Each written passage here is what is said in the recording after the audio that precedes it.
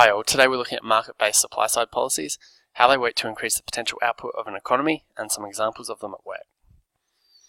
Market-based supply-side policies, endorsed by free market economists such as Milton Friedman, are all about letting the market be a market, reducing the distortions from government intervention, and letting the actors in an economy respond to incentives.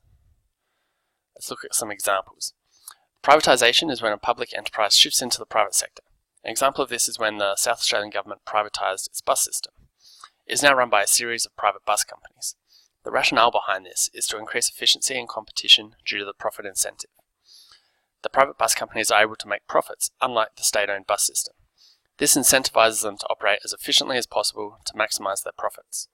Also, the competition between different bus companies to win the right to certain routes incentivises them to cut costs. This increase in efficiency of course shifts the LRAS to the right, while the lowered costs of production shift the SRAS to the right as well, all due to the profit incentive. In 2015, the Australian government slashed unnecessary regulations, and environmental regulation alone saved the economy $440 million in compliance costs per year. Regulations, essentially government rules which must be followed, add costs to businesses as they need to employ resources to comply with the rules. The deregulation here has simplified the process for environmental approvals, lowering the cost of production, which shifts SRAS, and also these firms are now able to put their labour force to more productive uses than compliance, increasing the amount that they are able to produce. This shifts LRAS over to the right, increasing the economy's potential. Trade liberalisation is something that we'll cover in much more depth in our next topic.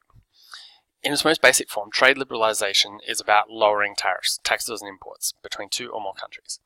Australia has recently signed a free trade agreement with China, CHAFTA, which lowers tariffs on the goods that we export to China, such as wine, making our exports more attractive. This will increase X, and therefore AD. CHAFTA also lowers tariffs on goods that we import from China, increasing M, which would shift AD back the other way. It's hard to tell what the overall effect on AD actually is, so we'll just leave it where it is for now. Any firm that imports its factors of production from China, however, will now be able to purchase them more cheaply, lowering their cost of production and shifting SRAS over to the right. In terms of potential output, opening up the economy to cheaper inputs forces local producers to become more efficient and productive, otherwise they just won't survive. This shifts LRAS out to the right and increases the productive potential of the economy.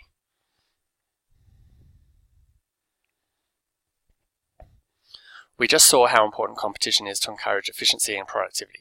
This is why in Australia, the Australian Competition and Consumer Commission, or ACCC, has the power to stop firms merging so that competitive forces remain. For example, it is highly unlikely that Woolworths and Coles would ever be allowed to merge. The government wants firms to compete and constantly strive for a competitive advantage over each other. This policy is really interventionist when you think about it, but it fits here because it does harness the competitive pressures of the market. In the diagram, stopping monopoly power to form increases our efficiency and productivity. So we see LRAS and SRAS shifting over to the right. Businesses will often argue that increases in the minimum wage, and even the minimum wage itself, do great harm to the economy. The Australian minimum wage is set by the Fair Work Commission each year. Any increase that is less than the increase in the cost of living is essentially a decrease in the minimum wage in real terms. A decrease in the minimum wage can result in more employment, possibly reducing the natural rate of unemployment, shifting LRAS to the right, as we see. It will also reduce costs for businesses, because they don't have to pay their staff as much, shifting SRAS rightward. These savings may also allow more investment in capital, increasing the quantity or quality of resources, also shifting LRAS to the right. In 2014, the federal government attempted to introduce a waiting period for receiving the new start allowance, unemployment benefits. Applicants would have to be actively seeking work for 6 months before they could receive their benefits. This would have taken the economy more towards a free market, where unemployment benefits just don't exist. But how could this increase potential output in the economy? The theory is that it changes the incentives of job seekers. If they have to wait longer to get any income, then surely their incentive to find a job increases. This should then reduce the natural rate of unemployment, shifting LRAS to the right. The great supply of workers should also induce downward pressure on wages, which would shift SRAS to the right also.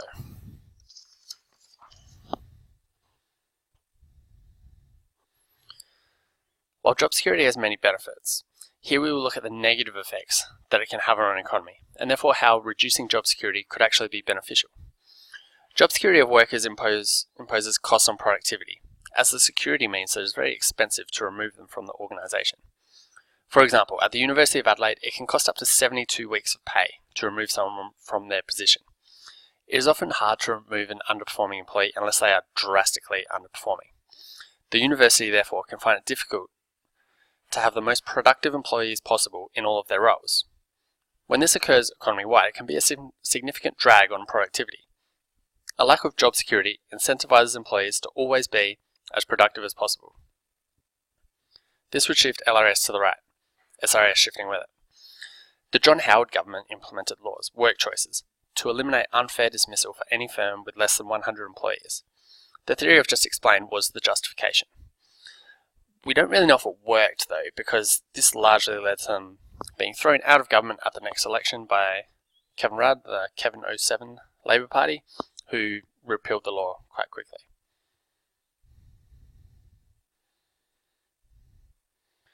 Lowering income tax is all about increasing incentives for workers. This has been done in 2019 here in Australia, as Prime Minister Scott Morrison, ScoMo, says workers get to keep more of each additional dollar earned. Therefore, it's more worthwhile to strive for that higher paying job, to get that raise. That incentivizes people to be more productive, improve their skills, and work smarter. If this is happening, the quality of resources increases, and LRA shifts right. The efficiency lowers the cost of production, increasing SRAS too. Finally, reducing corporate tax, as done by this man in 2018.